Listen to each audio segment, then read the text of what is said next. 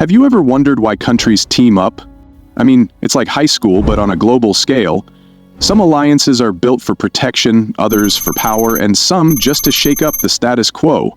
From secret pacts to world-changing coalitions, these alliances have shaped wars, economies, and even the world map.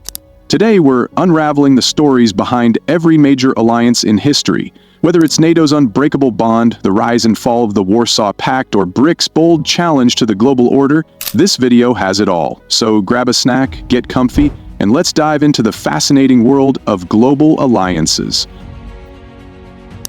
The NATO. Let's start with NATO, the North Atlantic Treaty Organization. Founded in 1949 during the Cold War, NATO was the West's answer to the growing threat posed by the Soviet Union. Its founding principle? Collective defense. That's right, Article 5 of the NATO Treaty states that an armed attack against one member is considered an attack against all, obligating every member to respond. Think of it as the ultimate "I've got your back" pact. Originally, NATO included 12 member countries: the United States, Canada, the United Kingdom, France, Belgium, the Netherlands, Luxembourg, Norway, Denmark, Iceland, Italy, and Portugal. These nations banded together to create a shield against Soviet expansion. But NATO didn't just fade away after the Cold War ended in 1991. Instead, it adapted to new challenges, expanding its mission to include counterterrorism, cyber defense, and crisis management. By 2024, NATO had grown to include 31 member countries, with North Macedonia being one of the latest additions. NATO's strength lies in its unity. Despite differences among its members, the alliance has stood the test of time, proving that collective security is still a powerful idea in an unpredictable world. From the Cold War to modern-day conflicts, NATO remains a cornerstone of global stability. The Warsaw Pact. Now, let's talk about NATO's Cold War rival, the Warsaw Pact. Officially known as the Treaty of Friendship, Cooperation, and Mutual Assistance, this military alliance was established in 1955 by the Soviet Union and 7 Eastern European countries: Albania, Bulgaria, Czechoslovakia, East Germany, Hungary, Poland, and Romania. The Warsaw Pact was created in direct response to NATO's formation and the integration of West Germany into the alliance. Its primary goal was to counterbalance NATO's influence and maintain Soviet control over Eastern Europe. Throughout its existence, the Warsaw Pact played a significant role in Cold War geopolitics. It was involved in key events like the suppression of the Hungarian Revolution in 1956 and the Prague Spring in Czechoslovakia in 1968, where Warsaw Pact forces intervened to crush attempts at liberalization. But as the Cold War drew to a close, the Warsaw Pact's influence waned. With the collapse of communist regimes across Eastern Europe and the disintegration of the Soviet Union in 1991, the Warsaw Pact was formally disbanded. It remains a stark reminder of how alliances can be both a tool of power and a victim of changing times. The Warsaw Pact's legacy is complex. It was a symbol of Soviet dominance, but also a reflection of the deep divisions that defined the Cold War era. The Axis. Next up, the Axis powers, the villains of World War II. Led by Germany, Italy, and Japan, this alliance was all about domination. Germany under Adolf Hitler sought to overturn the Treaty of Versailles and establish a greater German empire. Its aggressive expansion began with the annexation of Austria and the invasion of Czechoslovakia, culminating in the invasion of Poland in 1939, which triggered World War II. Italy, led by Benito Mussolini, aimed to revive the glory of the Roman Empire, focusing on the Mediterranean and Africa. Japan, governed by a militaristic regime, sought to dominate Asia and the Pacific, invading China in the 1930s and attacking Pearl Harbor in 1941. The Axis powers were bound by several agreements, including the Tripartite Pact of 1940, which formalized their military alliance. Despite early successes, the Axis began to crumble in 1943, with Italy's surrender, followed by Germany's defeat in May 1945, and Japan's surrender in September 1945. The Axis powers serve as a chilling reminder of the dangers of unchecked ambition and the importance of standing together against tyranny. Their defeat marked the end of one of the darkest chapters in human history, but their legacy continues to shape our understanding of power, aggression, and the cost of war. The European. Now let's shift gears to something more hopeful: the European Union. Imagine this: it's 1951, and Europe is still recovering from the devastation of World War II. France and Germany, once bitter enemies, decide to team up. Their goal? To integrate their coal and steel industries so they can't go to war again. Fast forward to today, and the EU is a 27-member political and economic powerhouse. It's not just about trade, it's about unity. From the euro currency to climate policies, the EU has become a global leader in innovation and diplomacy. The EU operates through various institutions, like the European Commission, the European Parliament, and the Court of Justice.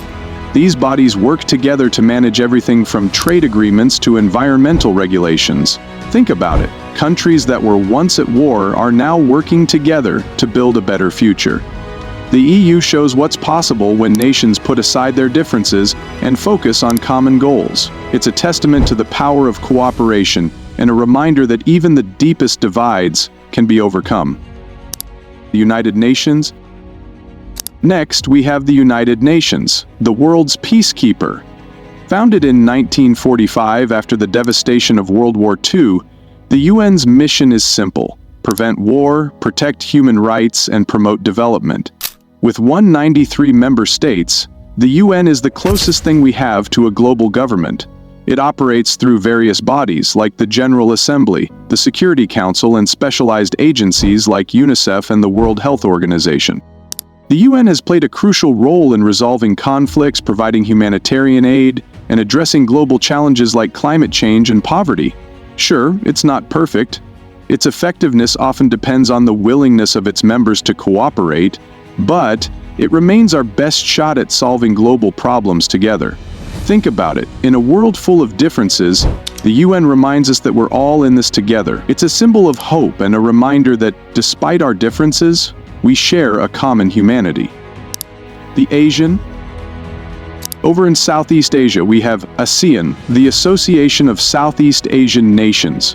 Founded in 1967 by Indonesia, Malaysia, the Philippines, Singapore, and Thailand, ASEAN now includes 10 member countries: Brunei, Cambodia, Laos, Myanmar, Malaysia, the Philippines, Singapore, Thailand, Vietnam, and Indonesia. ASEAN's primary goals are to enhance regional stability, promote economic growth, and foster cultural and social ties among its members. It's a diverse group with countries at different stages of development, but they share a commitment to cooperation. From bustling cities like Singapore to the serene beaches of Thailand, ASEAN is proof that diversity can be a strength. The organization has made significant strides in areas like trade, education, and disaster management, showing that regional cooperation can drive progress and prosperity. Think about it. In a region with so much diversity, ASEAN shows that unity is possible. It's like a family, sometimes messy, but always stronger together. The BRICS. Now let's talk about BRICS: Brazil, Russia, India, China, and South Africa.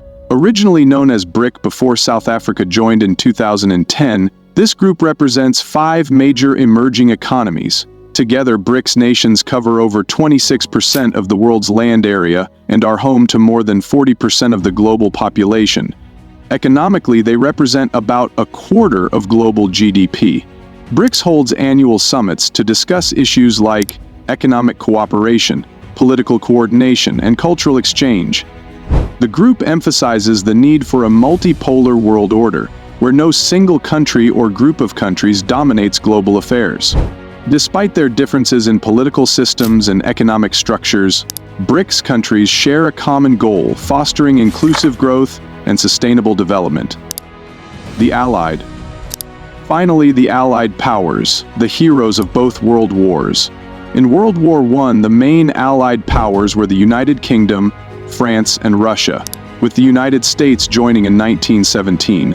Together, they defeated the Central Powers, ending the war with the Treaty of Versailles in 1919. In World War II, the Allies included the United States, the United Kingdom, the Soviet Union, and China. France also played a key role until its defeat by Germany in 1940, after which the Free French forces continued to fight alongside the Allies.